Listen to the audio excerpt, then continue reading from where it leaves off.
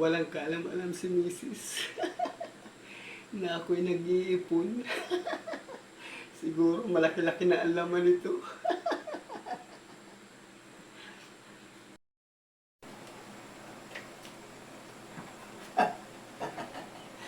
Sa palagay ko, sa daming laman ito,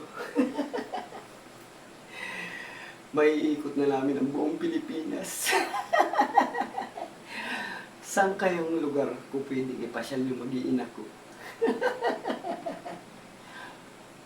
Alam ko na. Sa Tagaytay. Tamang-tama. Summer ngayon. Malamig doon. Sobrang init dito sa Pilipinas pag ganitong summer. Sa Tagaytay, sigurado na malamig doon kahit araw.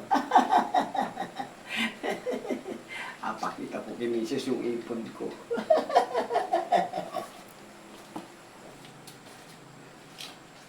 Ma.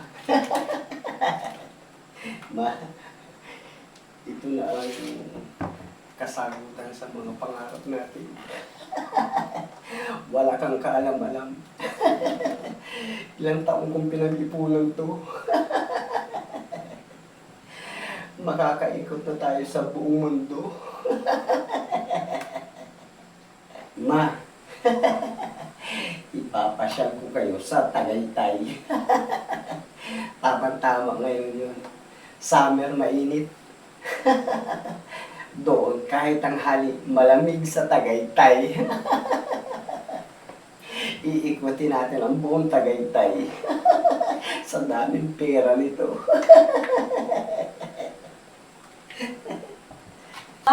May sasabihin man din ako sa'yo. Ano yun? Ay, wala na kasing laman yan. Ano? Kasi nung mga time nung ikay walang trabaho, ay dyan ako kumukuha ng mga panggastos natin dito sa bahay. Ano?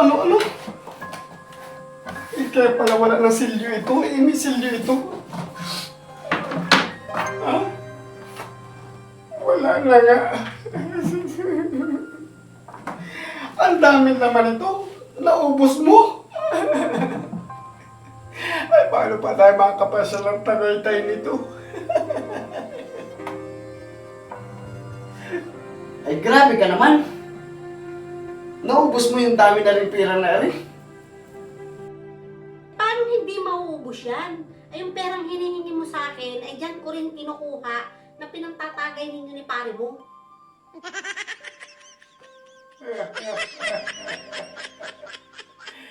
Wala na. Hindi na matutuloy sa Tagaytay. Ay, tama nga na yung pangarap mong Tagaytay. Dahil sa Tagaytay ninyo ni pare mo, naubos yung naipon mo.